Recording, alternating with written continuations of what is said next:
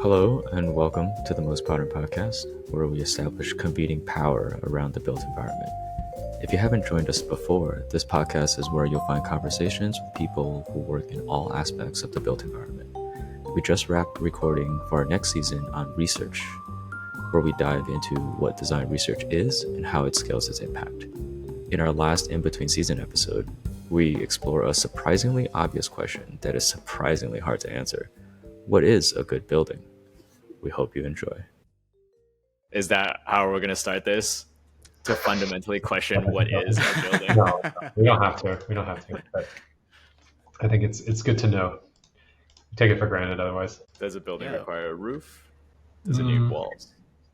No, I don't think it needs a roof. Well, so then like a stadium is a building. Yeah, no, I wouldn't say that's a building. Yeah, it needs a roof. A building is something for human occupation. Yes. Is a doghouse a building? No. Is it? Oh, yeah. Yeah, it is. It is. It's a birdhouse. No, a building.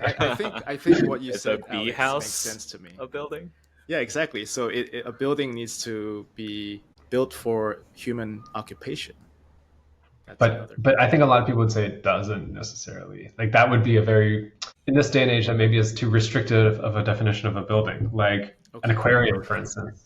It's not the purpose. That's true. It's tough. For some sort of occupation, then for every option. Yeah, but then for living creatures. Is a birdhouse? Does a building have to have a purpose? I guess. Like, is that the unifying classification? Purpose. I mean, as opposed to a cave. Yeah. Yeah. I mean, a cave, I guess part of the differentiation is that a building is something that humans manually do to change the environment. Yeah. So it's okay. So it has been built, let's say, right? Yeah. It's been a building. It's been built. A building. Not found. It's not found. Built. Yeah, I think that's important to understand. And I guess for our listeners, they're probably wondering, why are we trying to define a building? Well, we're trying to figure out what makes a good building. We're trying to figure out, or maybe what makes a good place.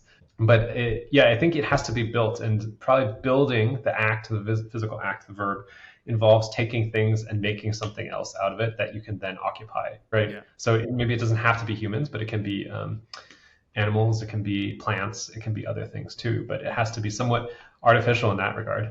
It's not something that's purely found. Yeah, that's a good start. Yeah, but like then the caveman. Greenhouse is a building. Yeah, for sure. That serves a purpose. Not for people. But potentially the ultimate consumers of was produced by the building are people. Yeah, well, there's a motivation to make the building. You know, there's a raison d'être, as they say in French, and you need to have a purpose, exactly. Otherwise, it's just found. Because I would say caves are still buildings in a lot of ways. You know, the earliest civilization was started in caves, and there was society, there was culture, there was cooking, there was food, there was art. There's all sorts of things that happened there. And so in that sense, I do think that you can find something, but when you build it, you adapt it for your purposes. That's really when it becomes a building per se. Related to that, is that how we qualify good?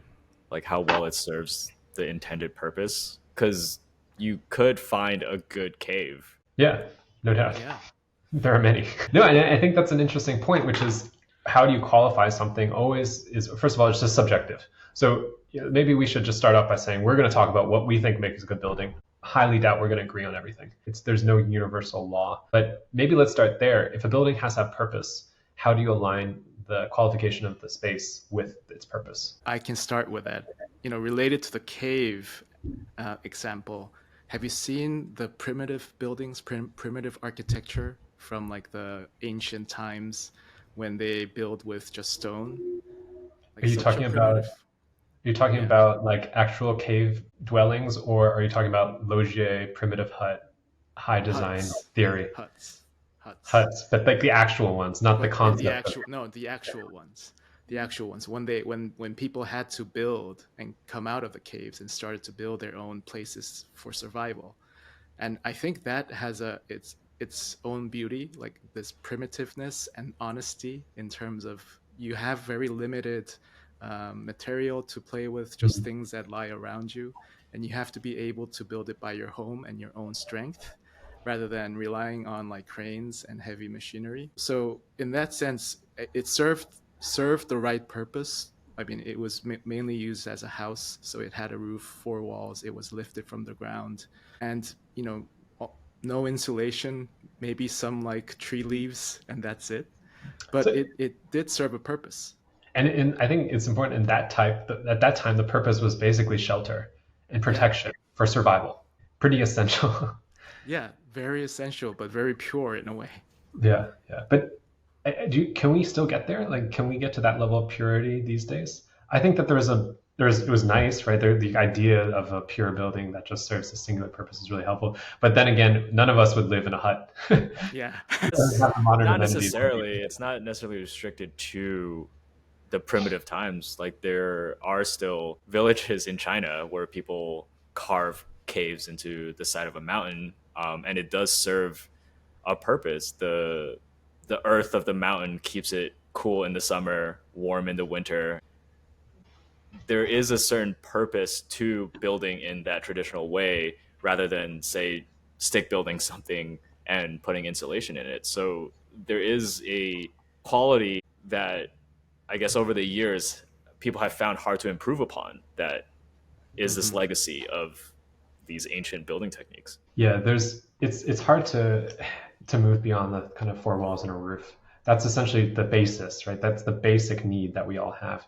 And so maybe something that's starting to come up is that a good building aligns the outcome, the value of the outcome with the means of getting there. So what we would qualify as a good building is totally it's totally dependent on context, and it's totally dependent on what you're trying to achieve and what you can utilize to get there, essentially. So we're dealing with a more primitive situation, which, I should say, still exists in a lot of places. It's not just in history books. I think for us city dwellers, that's just completely foreign. And we would choose to be in those places rather than necessarily being there. I think the urban environment brings up an interesting case. While air quotes, the shelter protects you from the environment, but in an urban setting, the buildings are your environment. So does what qualifies as a good building change when the whole environment is man-made? Well, I think what you're talking about is actually the idea of context. So in a completely rural environment where the building stands apart from the natural environment because it's man-made, I think you still need to fit into the context somehow.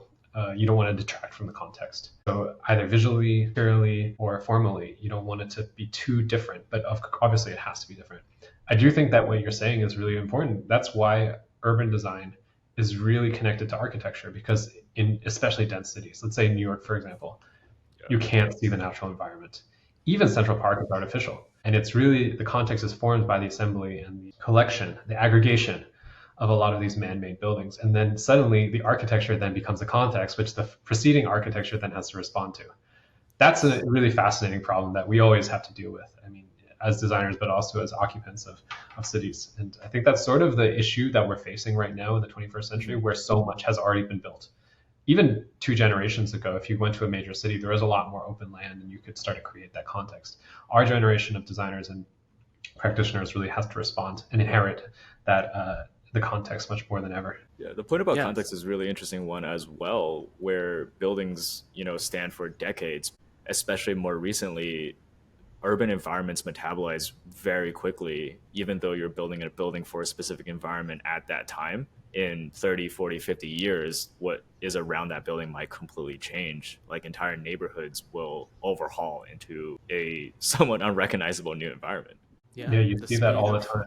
The speed of people gathering and living together, the density increase is always outpacing the regulations, but the regulations always catch up. So I think that's why it gets more and more complicated to build, especially when in the urban environment where so many people live together with so many opinions. And in order to protect that, I think all these regulations got developed, which effectively influences a lot on what gets built where and how. Yeah, that's an interesting point, because I think we can rail on policy a lot. Policy is a sort of necessary evil. It's never going to be perfect, but you hit on an interesting point, Minku, which is that generally good policy should be trying to make a cohesive urban or built environment, trying to make something that everyone appreciates. Now, there is just subjectivity that comes into play all the time, and it's very easy for someone to say, I like this, I don't like that. So can we boil it down to more universal terms in terms of, let's forget about like density versus not density. What are the qualities that make a building or a place particularly strong? I would say adaptability, like flexibility in use, becomes very important in such dense urban environments. Like for instance, like city like Boston is dealing with high vacancy rates in downtown office spaces, and if the buildings were planned to be able to easily switch to a different use, such as residential, that there's a huge shortage. Then, if the building can be pre-designed to do that, then I think the disruption will be limited. So you're saying that utility is really important, because if it's not useful at a functional level, then it's kind of a waste, right? Like it's not helpful. Goes back to our original comment about how buildings need to serve a purpose. And if that purpose can't be served, then it's hard to qualify it as good. But it is very tough to build a multi-purpose building. I think that's true. I think office and residential are pretty broad categories, but then you get into things like lab space, education space, hospitals. It's going to be very hard to turn a hospital into residential. And in a way, it's probably impractical to build a hospital with the intent that it's flexible enough to turn into an office or a residential building. Yeah, that's right. You don't pitch the building and say, we hope for it to be a hospital, but maybe if that doesn't work, we can turn it into a shopping center. It would be great if we could, but it seems like one of the problems with hard buildings is it's hard. It can't change as much as we would want it to. Maybe that's where policy comes into play, where we have to adjust sort of our expectations of what works and what doesn't, what's permissible based on the spirit of the times, based on what's happening. But also making a generalist building makes it potentially a not good building for whatever purpose it's intended to be used for. I think if you're going to build a hospital, you build a great hospital. You don't build an okay hospital that is okay, also an okay office, right? Yeah, indeed. And I think that's where it's tough, because just if we talk about the basic programs, so the uses for buildings, most prevalent type is obviously residential housing. It's essential for life and for society. Then we have commercial, we have which is retail, but also office space. We have institutional, which can include schools, medical facilities, museums, that sort of thing. We have government buildings, we have industrial facilities, we have public sanitation. So each of those has a level of adaptability that is separate from one another. And a lot of people right now think that offices, especially in these emptied out, hollowed out downtown cores, should be converted to residential because it's there. On the surface, that makes a ton of sense. But then when you actually dig down into it, you realize that offices, for instance, have much deeper floor plates than residential buildings. The policies for residential buildings require light penetration throughout the building, throughout basically every room, where that's not the case for the office. So you can't change the building as easily as you can change the policy. But in this case, it would be hard to change the policy because it seems so fundamental to health and safety and general hygiene. Yeah, it's heavily related to a very important measure for goodness is with the sustainability aspect, right? Like building construction itself inherently isn't a sustainable activity because you're, demolishing creating construction waste, and then you're bringing pure material to build something new that has. Just if I can jump in there, it's not sustainable because it's unnatural, as we've addressed before. So the adaptability, I think, becomes a huge issue. Like in order for us to be truly sustainable and like to do something good to the planet, then maybe we have enough buildings in cities, and maybe we should think about how the use of it more and finding a way to make that easier, make that transition easier. It's a tricky topic because it seems like, okay, if we say, well, let's start to adapt buildings. Like on the surface, again, it makes a ton of sense, but then you uncover all these other questions. And there are people out there, for instance, Evan Smith came on our show and said that it's actually much harder and maybe not as practical to adapt buildings as it is to build new.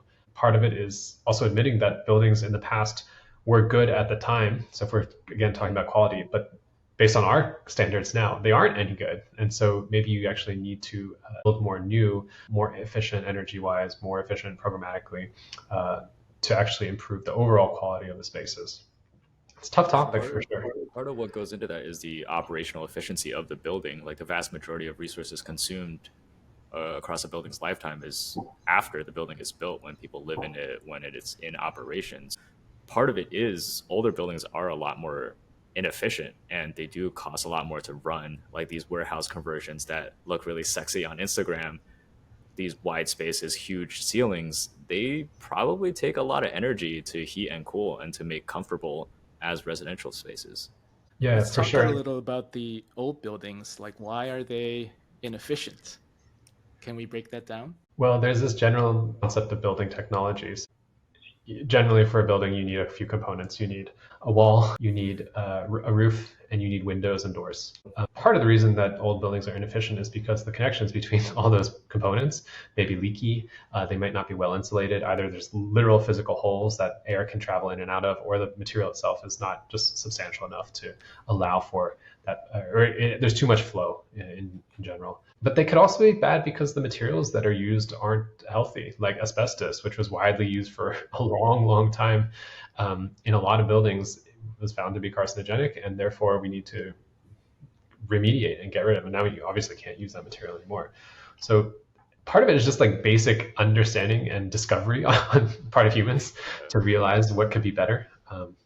In that sense, building is really a technology that changes over time, and we don't use old tech in our consumer lives, but we have to use old buildings for a lot of reasons because it's just much harder to replace. Isn't that right?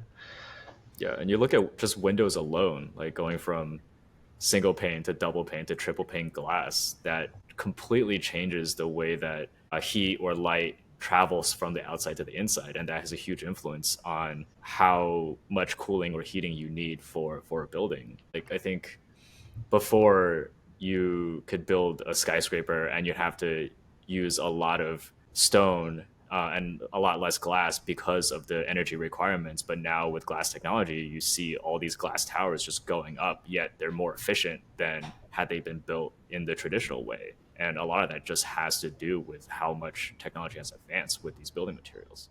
Yeah, it's interesting because actually there has been policy to reduce the amount of glass because glass is perceived as too transmissive of temperature and light and heat. And like you're saying, that policy could come into place, but then new glass can come around that actually converts that policy and actually makes that policy unfeasible. So part of the reason why it's hard to make good buildings is because the target changes constantly, and there's a big lag between when you actually devise a building and when it's utilized, and then after it's built, things change along the way too. And buildings change slowly, and policy changes slowly, so it's hard to experiment on buildings. Like, there is technology where you can embed solar panels in the glass so the whole building itself can collect solar energy. That's should be more efficient. The building can power itself, but to have that stuff implemented in buildings, to have it be a standard for urban environments, that's going to take a really long time. Yeah, it's really hard to iterate. For instance, like on a smaller level, you can iterate a car. Whenever a company makes a new car, they will prototype it, they will test it constantly, and it's just feasible because you can do that in isolation and you have control over the whole process. Versus a building, you kind of get one shot at it, and then you don't even know if it's good until years down the line, post occupancy. It's because it's a goddamn expensive experiment. Exactly. You know, a prototype of a car may be 100K, 200K max. If you want to prototype a building, we're talking about $1 million at the minimum. To build a shed, you'll probably need $1 million. Well, it's a one-off, and it doesn't make sense to make a bunch of iterations of something that you're only going to make once. That's the hard part. I think some firms get around this by specializing in a certain type of buildings, like airports, for instance. The requirements are similar around the world. They might be in different climatic conditions, they might be in different sizes, but you can use that experience to then improve the next project down the line. But yet, even in circumstances where there's a lot of repeatability, like tract home builders, where they build a lot of these, they have a lot of experience, I don't think we necessarily see any iteration at the pace we would expect. It's using very traditional methods, very rudimentary materials, and there's not a lot of advancement or experimentation put into these new communities. Well, let's think about why. So what is the tract home builder trying to do? They're trying to sell a product, right? They're trying to appeal to a market. So what does that market want? they want a livable house at a price that they can afford, right? Like, is that, I guess, the qualifications for what good is in that circumstance? I would say that my feeling is yes, actually, in terms of the market's demand. Now, there's a lot of products that are not necessarily good, but people still want it. So I can't say that that's universally good. But if your agenda and your mission is to sell houses, you have to appeal to a certain market. And I think that's where we have a lot of issues because let's say I'm selling a T-shirt and I think it's really nice, but the rest of the world thinks it's ugly. If I sell that T-shirt to someone who thinks it's really nice, it doesn't make an impact. Like, who cares? That guy's going to wear that T-shirt, and people can judge them. But a house is different because it's so massive, it's so public. Like, you're going to see it on your commute, you're going to see it on your way to and from school. And I think that's where this question about what is good is actually impossible to answer, but it's really critical because we're constantly saying that about our building. Yeah, and I guess if you look at the base requirements of what makes a house a good house, it's not necessarily the physical attributes of the house that make it good. It's the people, the experiences, and the space and infrastructure it provides for what's happening inside the house that really gives it the sustaining power to build memories where people, I guess, like when you look at your childhood and look at all the spaces you lived in, like, would you ever say you lived in a bad house? Or do the good memories overweigh whatever quality of building? I can say that my sense? the apartments were really bad. But it doesn't mean that I had bad memories. Mm-hmm. You know, in my childhood, I liked laying down on weird places, like in front of a kitchen, and like underneath the dining table, like where you can feel kind of cozy. But the apartment itself was just a poured in place concrete and no insulation at all. And everything, you're basically surrounded in a concrete cell with openings. I would say building wise, it wasn't a good example. It was anywhere near good, but it served its purpose, being efficient and affordable for, for many middle class people like me who coming from like in that specific time of an era. So Well, I think this is a really interesting question, to be honest, because what I'm starting to feel like is that there's a difference between what we, let's say part of the industry, feels like is a good building and what everybody else thinks. And what I think it comes down to is for the masses, which is, by the way, we're building for. We're not building, architects don't build for architects, developers don't build for developers. They're building for a market, whatever you want to call it. For the large majority of people, you're trying to find a place that allows you to do what you want. And if that building is well designed from an industry perspective, good. If it's sustainable, good. But the real limitations are probably in terms of access. So can I acquire that building? Can I live in it? Can I pay the rent or can I pay the mortgage? Is it a place that I can live in terms of proximity to the other places I need to go to? So like a big question a lot of people have, especially people who are getting to childbearing age, you're thinking of starting families, is do I leave the city and do I go buy a suburban house like you're talking about, Libo? And I think the value proposition is pretty straightforward. More space for more people. You have your family is not 2 people anymore. It's now 3, 4, 5. And you need that true. space. And then an additional layer of education, like the place you want to live closer to the good schools. And that's why those areas and locations, the real estate prices are very high following that. Yeah, somehow we always get back to value, but there is a societal value that qualifies if something is good or not, that I think is actually more important in a lot of ways in terms of how people make decisions than the actual physical quality of the object. I think the issue of access is really poignant. If you have a lot of resources, you do get more choice, even in the locations that you want. If you don't have the resources, especially in the housing crisis we're experiencing right now, you just don't have access to that choice. So even if you wanted to, say, choose a better living environment, you don't have the resources to do so. And it's one of these things where we can wax poetic about what's a good building, but ultimately the choice might be to someone the difference between shelter and no shelter. And in that circumstance, they're probably always going to choose shelter. Yeah, and that's a good building. Yeah, maybe it's good. It's tough, right? Like, because when it comes down to it, people have preferences based on their own requirements, their own values, and it's hard for me to sit here and say, as the architect, oh, you should appreciate this building because of these things that I thought of.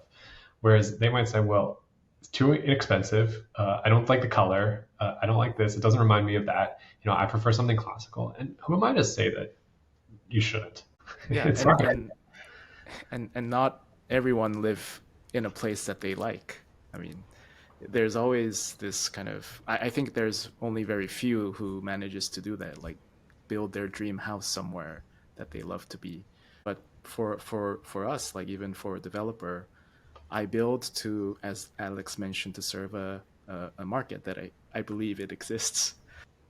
And what I like in those buildings may not be the same as what I like in buildings personally. So it's okay to be like that. And I think the problem that we sort of face, I think we talked about around it a little bit, is that when you outsource the development of a city or of a place to the private sector, so to developers, you also inherently outsource the stewardship of the public realm to those same people. And it's really difficult because I'm not saying that developers don't care about what goes on or what gets built or the image of a place at the end of the day. But that's not their, and they might, but it's not their only guiding force. In fact, the incentive structure doesn't really care about that at all. As we've talked about in previous conversations, it's really about returns, it's really about stability and lowering risk. So that's sort of why building is really difficult. I think that's also why we have a lot of distrust in the building professions right now, because everyone has different ideas about what is good.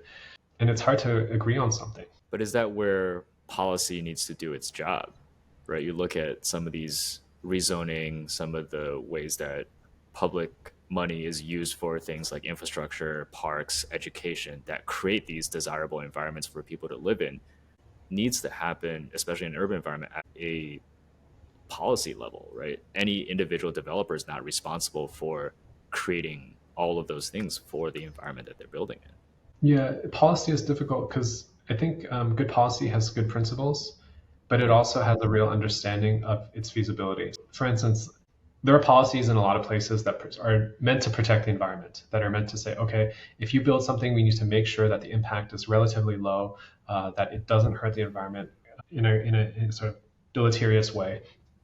And I think a lot of those policies do that, but the side effect is also that they just de-incentivize building entirely, and then you have an entirely new problem, which is you don't have enough housing. It's basically what is happening in California and a lot of places. But it is hard. I think we have to think how much is policy working with the industry and over society's overall incentives, and how much of it is actually trying to do that, but in the end, second order effect, third order effect is actually not doing that.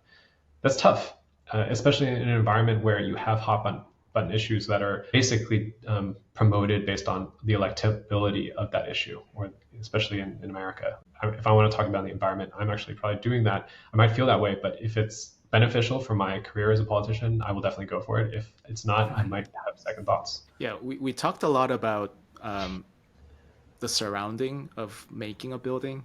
Why don't we switch the topic a bit and talk about the actual building, the space itself? What do you guys like, or what do you guys think it makes a good space? Or does a good building need to have a good space? I think there's actually universal principles here. So I appreciate you, Minku, kind of redirecting us here. I think light and air is incredibly important. Honestly, as someone who's fairly tall, high ceilings are just so nice. I'll give you an example. When I fly from the East Coast to the West Coast, which I do pretty often, given based because of my jobs, if you get on the plane in New York or in Boston or in Philadelphia, you feel completely cramped. Like I'm 6'3", the ceiling height's probably 8 feet, 8.5 feet max. When I get out here in San Francisco, especially they've renovated some of the terminals, you have like double story, triple story heights, and it just feels so good. And the ramifications of that are incredible. Like I'm walking through the terminal, it takes me, I'm there for an hour and a half, but the people who work there are happier. It feels like they feel more healthy, and so your service and your experience going through a fairly stressful situation is just so much better. So I find that tall ceilings are great. I mean, there's a whole bunch of development reasons why we don't have ultra tall ceilings, but I would aspire for that, to be honest. Yeah, for sure, for sure. I can add to that. Like one thing I can think of are the stairs, like those grand. I'm not talking about grand stairs, but there are stairs that are comfortable. And recently, where I've experienced it was at the Boston Central Library. Mhm. It's a building. It's a very old building that has a central courtyard. It's like a Venetian or like a like Spanish courtyard with arcades, and the staircase there was different. It felt silky smooth when you were going down the stairs or going up. It felt really comfortable. Are you But these talking about things, the tread yeah, length for the riser, yeah, the the tread and pace? the riser. So we have like 7-Eleven. That's like an industry rule of thumb, right? But that is actually the absolute minimum, or almost close to the minimum of what's required. I felt I didn't even know the tread and the height of this library stair, but the feeling itself, the experience felt so different. I had to go up like 3 stories because of the grand entrance that they had, but it didn't feel like it. So I think when you bring this idea, the commercial development should also embrace this type of ideas. I think But because let me ask you we're something. cramming all those staircases. Would somebody who doesn't share your same body proportions, height, leg length, do you think they would find that stair as comfortable? Yeah, because my partner also, she thought it was very comfortable, and she actually raised it. Yeah. Yeah, I think one interesting point is as you guys both describe these good characteristics of buildings you experience, the goodness comes from a very experiential and ephemeral quality. It's not the actual physical or material nature of these things. Like Minku's not like, ooh, like the marble on this step is so good, and that's why the stairs are good. And maybe that there's an inherent disconnect in what is good from an ephemeral perspective and how we then are able to quantify and build those into performance, into policy, into things like that. I remember when I was at WeWork, we were looking at how we get more attributes into offices. And one of the things that was discussed is how good the view is, and Hmm. it's a very hard question to answer, right? Like, how do you quantify how good a view is, right? And one of the questions I was asked is like, maybe it's something we can quantify by how much clearance you have outside your window to see. Then it's like, okay, is it 10 feet, is it 15 feet, is it 100 feet? Does a light well on the interior of a New York building count, or does it have to be this grand space? Sightlines light is really important, we inherently understand that, but where's that threshold, where's that point to be able to put that into something that's a requirement or something that we can quantify? It's somewhat of a difficult proposition. I think there could be another layer, which can be captured by colors. So the reason why we want to look out is to look at skies, look at nature basically, and that's where the value comes from my opinion. So maybe like capturing blue, white, and green can filter it somehow. But I think you raised a great point. Like views are definitely important I think to for good it's really buildings. hard. You're kind of hitting the nail on the head right now. A lot of what makes a building feel good is that it makes you feel good. Like it inherently makes you emotionally happy, Mm-hmm. and so there's a lot of different attributes there to that affect our mood. If we're talking about views, I think nature just makes you feel happy. There's been studies that show people Right. who have access to views of greenery who are in hospital, they recover better, they recover faster. I know, for instance, as I get older, I definitely need to see nature. It just makes me feel better. I think also another thing in terms of visualization is something that I study in my scholarship and my teaching is contrast. High contrast makes people interested in things. So if everything is gray and drab, if everything is consistent and the same, there's nothing to grab your attention and there's nothing to really stimulate your mind. Versus cities that have that contrast, even if it's a contrast between, say, the building color and the sky above, like you're saying, Minko, that's something that really stimulates people's minds and imaginations. And I think I would say, I wouldn't make it this a universal statement, but I would feel very strongly that that encourages good feelings and good vibes. It's hard to say exactly. At the end of the day, it's kind of like fashion. Like we like certain things, someone else might like something else. So I don't know. Do you guys have any ideas if there are other things that are more universal in terms of our appreciation of them? Yeah. What about smell? Smell is a big one. I was going to bring that up too.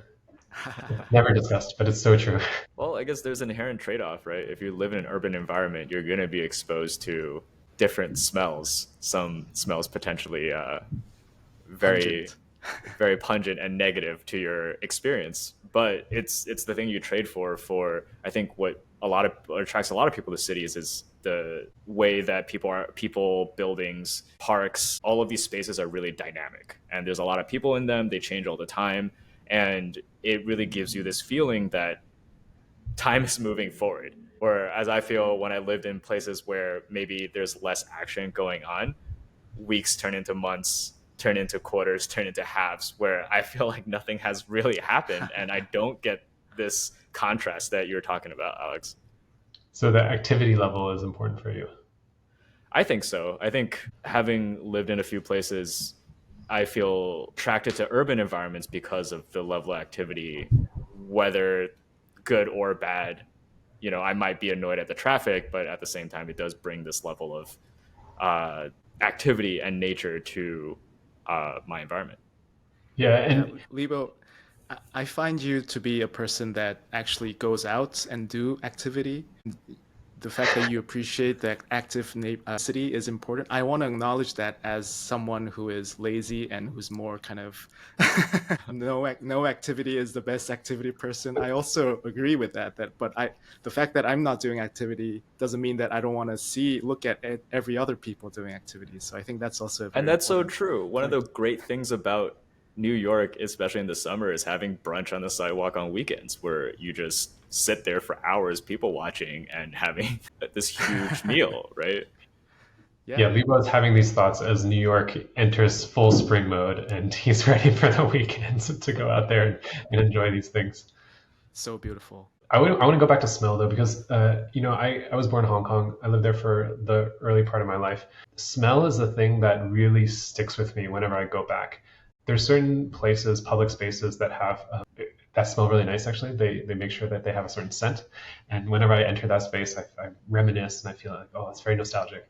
But also on the street, like walking by certain vendors, certain dry goods stores that a lot of Right. Chinese people use, like it's not necessarily the nicest smell, but it's this nostalgia that I think, oh man, that makes me happy. And I think that there's also an element within building which is really hard to say, okay, what is universally good? But there's nostalgia is a huge factor. I have friends who grew up in a certain type of building, and they say, I want that when I grow up, because Wow. what's the happiest time in our life? When we were young and like really young, and we had people taking care of us, and we didn't have anything to worry about. And so, in the same way that nostalgia is just a motivating force in sort of any sort of industry, when you talk about fashion, music, film, anything that has some sort of creative aspect, I think it's equally as valuable and important in buildings. The Yeah, difference that is, is so true. like we talk about, they don't get updated the same way. So it's the way you deploy nostalgia is a little bit different. Right. The smell is a really This, interesting point. Unless you're pumping smells in, it's very hard to, I guess, materially make a building smell a specific way. But smell is the strongest sense tied to memory, right? So there is an inherent attachment and relationship with nostalgia that smells bring you. It kind of has to do with the culture, the location, the environment, rather than perhaps the building itself. right. Well, I think it's synthetic because, for instance, one of my favorite smells is wet concrete. Oh, I So was gonna say that too. when in Asia, when it's really hot, the sidewalk gets really hot, and then suddenly the skies open up and it starts raining. Like there's a smell afterwards that Mhm. is obviously dependent on the climate and the culture, but also based on the fact that there's a lot of concrete around, and so how that interacts together. I think that's also part of that nostalgic element is what are these combinations and how are they deployed versus in And other they, parts of the world where you just don't have that environment, you don't have there that. are perfumes out there that references wet concrete. Like Comme des Garçons has one. Great. It's the best. But I don't expect anybody else to feel that way necessarily unless they come from a similar background. Yeah, but Lebo, I think you raise a good point. The smell aspect, I think it's beyond the single building. And I think honestly it'll feel weird if the building tries to like infuse a smell. But it's more of a neighborhood scale, a more of a city scale kind of thing where you experience different smells in different time in the year, like in summer, in fall. Like you smell the flowers and you smell the water. they're all different. And sometimes it's not necessarily good smell or bad smell. It's just smell. It also applies to perfumes. Like when you smell something, it brings you to that moment when that kind of image got burned on your brain with the scenery and with all the smell all together.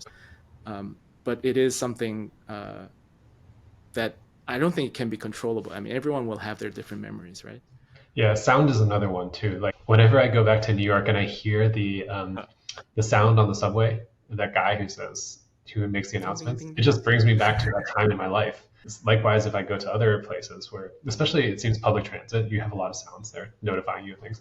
That's also highly nostalgic. Buildings don't have those private buildings, residences and stuff. They don't have that necessarily, but like the creak of a floorboard on a stick frame building um, it's different from walking on a hard concrete pad. Yeah, the sound is an interesting one because there's in Japanese traditional homes and like Korean traditional homes, you have these arcade type of situations where the roof gets extended like a canopy, and then you have a walk path below it. You usually hang these type of small ornaments that make sound based on the wind. So those type of things, and the arcades, those are places where you transit and or you just lie down and sit there, and that sound actually adds to that nostalgic element. And I think it's a very poetic way even to that converts the wind to a sound. Yeah, one interesting nitpick I have is that we've been talking about this for half an hour, and given our educations, at no point did anyone say what makes a good building is a great diagram. That's a good point, Livo. Should we return our diplomas? I don't think they'll take it back. No, Well, really. but let's also point out the fact that a good building should probably still be well designed. So in the same case that a nice song is or a good performance, like there's a lot of work that goes into it. And actually the reason why you feel like it's good is because it feels inevitable, it feels natural, it feels effortless. That the conception of a building and the appreciation of it are completely different. So I think one thing that we as people in the industry do a lot more of is we critique the actual process of designing. We say if that process was good or bad. We actually don't do probably enough of like the post occupancy qualitative assessment. Despite all these things that went into it, did we still get a good product? Did we still get something that's good? And I think it's important to probably balance both a little bit. But I would say, from my standpoint, I spend a lot more time trying nowadays to think about what does the average Joe think about this type of building, and not to always agree with them, but to really understand where they're coming Yeah, to your point, Lebo, and also related to what Alex just mentioned, I think good buildings needs to be start from a good diagram. Because what is a good diagram? A diagram is simple, straightforward. It conveys its points very clearly. A 3-year-old can understand. That was always a standard when we were drawing diagrams at OMA. And I think that is because you want to communicate it with every people that's involved, like hundreds of people that's involved in the act of building. And that clarity in terms of like the purpose of this building, like the use of this building, like I think that clarity is very important to build a good building. Yeah. Well, we align. I think it goes back to like you have to have a process, you have to have a system. Like it's not a good building is not going to happen naturally. So for all those people out there who think that they can design a good building, I challenge you to do that. But I do think that having that training and understanding of the process is essential as well. So, what are good outcomes for buildings? Is it based on the quality of experiences people have in them? Is it based on the productive outcome of what their intended purpose is? I guess like we got on this academic kick, but the house is a machine for living. Like what makes a house a good machine? Is it the quality of life it produces? Well, I'll turn that question back to you, Lebo, because you're the expert of post-occupancy. You're actually, making a living out of analyzing the buildings after it's built. So tell us your opinion. I guess we don't know. Sorry, non-PC word, but we don't know shit. to put it lightly, I think you're being too hard to yourself. We just don't do a lot of that work, right? Like once the building is built, the architect is no longer involved in the project. We never really get to find out the effectiveness of our assumptions. And I think one thing I learned, especially working in tech for a little bit, is that you always have to question and validate your assumptions. And that's something that I think we do as an industry by validating our ideas with the people that have been there before, but not necessarily the people who occupy our work. And one of the things that I enjoyed the most about working at WeWork is that we actually got to go out and talk to the members, how they were experiencing the space, whether they like things or they don't like things. And I think one of the things that really surprised me is WeWork is known for these like really cramped, tight offices where you squeeze two people in. And I always thought that that was something that no one would enjoy. Yet there's some of the more popular offices, and you go talk to the members, and they're like, well, look, I love working in this really small office. It helps me focus. And if I need to distract myself, go do something else, I go out to the lounge, I walk around the neighborhood, I go get a coffee.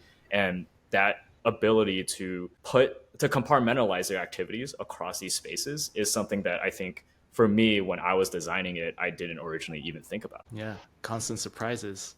I That's think so that's interesting. something, yeah, that's something, if you are a developer, you have the ability to actually track that from the start of the building when it gets built and then after it gets occupied. And that's actually something that I am I am getting very entertained and, getting a lot of energy from, which is to interact with the actual owners who will be occupying it later on. I So think there needs to be, it would be great if more architects really were willing to and able to. Part of it is just time limitations. You're on to the next project. right. But trying to get a little bit more of a kind of realistic understanding of how the building is perceived and received after it's built. I can sort of imagine, like, what's that show, Undercover Boss? But it could be like Undercover Architect, and you know, you could go in and say, "Oh, I'm interested in this unit. What do you think about it?" I think that would be Yeah. so fascinating, and you would learn a ton actually if you went through this. Because part of it too, to go back to the original question, is I think a building can be conceived a certain way and designed a certain way, but if it's not up to snuff in terms of its design or in terms also of its construction, like let's talk about contractors might not have done a great job, or they might have done an excellent job. Like there's quality in the actual building, the physical act of putting things together. This is also why you get such great buildings in Japan, because the culture around construction is so noble and it's so prioritized. So there's a really high emphasis on that.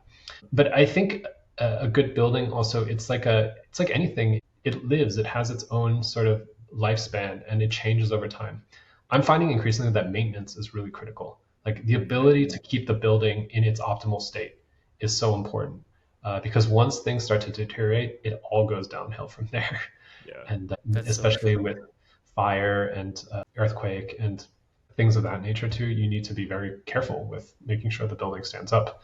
Uh, I think good buildings can be quite simple, but getting them to be good is not an easy process. Yeah, that's a really good point because maintenance is not usually something we design for. Yet it's something that probably has the biggest impact on folks' lives. Like a rental apartment building that's poorly maintained will show its age and will not be as comfortable as something that's Yeah, easy to maintain, right? no doubt. And if we're going back to the housing crisis, for instance, we're going to be, in order to get out of the housing crisis, we have to build multifamily homes. Multifamily homes are more efficient, but they also require a lot of maintenance. And the people who are owning and operating these buildings, whether they're developers or landlords, a lot of times, especially at the affordable side, a lot of my clients are actually affordable developers. And so they actually have to operate the building later on. Their primary concern is not what it looks like, it's how easy and how affordable is it to maintain the project. Because if it gets into disrepair, that's really the issue. And unfortunately for the architect, you don't really have that's another area where the architect has zero risk, because once it's handed off, it's done. But that's actually what the focus of a lot of this work. And so I think on the design side, we could really think a little bit more about how things are maintained. Yeah, So I the have a question good about story. sustainability. It's a totally different perspective from what you see in a building from the owner's end. So I had this meeting. It was just today, on a development Breaking project that I'm news. working on. Yeah, and it was a good friendly meeting with the architects. We were reviewing the drawings and with the owner, and the owner comes in and say, "I want to maintain the most bright and cleanest trash room." So what that means is I want to have it hosed and cleaned every day with water. and I want to have it very bright, and I want to have everything that's in a very clean, organized in a cleaning manner, that I can even have lunch in there. And that immediately sparked the discussion on, that's a very good detail, that of course you want to have a clean trash room. Who doesn't want it? But you don't really think about it in this very initial, schematic design phase. Like that means you got to have plumbing in there, you have to have water going in there, and those are very specific and important things. If it's overlooked and you start construction, those are going to be very expensive changes. So yeah, it's totally different perspective. Yeah, and if you think about, for instance, auto manufacturers, they often promote the ability or the ease of maintenance on their product. Because the last thing anyone wants to do after they buy a car is to have to spend even more money and time to fix it because it broke down. I don't think we had that same sort of conversation about buildings, to be honest. Maybe if you're starting from the ground up, of course you say, okay, like if we're going to focus on maintenance and make sure we get the best fixtures and the best appliances to make sure everything stays good. But it's a totally different case because we're often buying secondhand if we're talking about homes, for instance. And by that time, things have also deteriorated a little bit more. Yeah, maybe because the buildings outlive the companies who built them. Yeah, which goes back to this idea that they become these financial assets that get traded irrespective of their utility. So what is a good building? It's tough. I think, look, we've addressed a lot of different concerns and a lot of different opportunities for a good building. I think it really has to be contextual. I think it's much easier to point out what a bad building is than a good building. It's more easy to agree on what bad buildings can be. But even then, there's a lot of room for debate. So I guess a good building is whatever qualifies for you as a good building. Yeah, I have three things that I always tell myself. Is it simple? Is it practical? And is it radical? Maybe those are the three things I look for in good buildings, just personally. I think I would say for me, it's more, is it useful? And is it sustainable? And not just sustainable in the sense that it's going to get LEED Gold or LEED Platinum right away, but is it something that can last a long time to serve its purpose? And I think you have to define what its purpose is. Like, for instance, again, in Japan, buildings are actually pretty new because they don't build buildings to last 100 years. They build them to last like 30, 40 years, and they get rid of them and start over again. So just a different way of doing things. But I think you know a good building when you see it, but it's very hard to describe. It's very intuitive. Yeah, because it needs to smell good now. Yeah. Sorry, we don't have that technology on the podcast yet. A smell podcast, that'd be some high tech stuff. It's pretty it's like $1 billion idea. Well, this podcast would smell like post rain wet concrete. So for sure. So with that, should we wrap? Yeah. Any last words on what a good building is? No, I think it's very hard to put a finger on it, and I think it's probably a question that you can ask in any situation whenever you step into a building. What is good about this? What makes me feel good? What works well? What seems to make sense? And just as easily, what doesn't? And I think even if you're not an architect or a developer, that's something that we should be thinking about constantly. Because if we think about products, we have all sorts of products: our clothes, our phone, our computer. The product we use the most is probably buildings. We just don't have to pay for it all the time, except for our own house. So we are consumers of these things, and I think it's important that we understand what we are actually trying to get. Yeah, demand for more in the spaces that you're in. Yeah. The more you know, the better, right? Yeah, I think one thing we talk about a lot is the built environment affects all of us. And I think one thing the three of us have done in this hour is think twice about what makes a building good. And I think maybe that's one of the takeaways that we want our listeners to have, is maybe think twice about the buildings you live in, the buildings you work in, the buildings that you walk in front of, and maybe, like Minku said, demand a better built environment around you. I'm all for it. It will help us all out if everything is better. Yes. And with that, this has been another in-between episode of Most Modern. We are hard at work on our next season based on research. We hope to have that in front of you very soon. And if you haven't already, please follow and subscribe on wherever you're listening.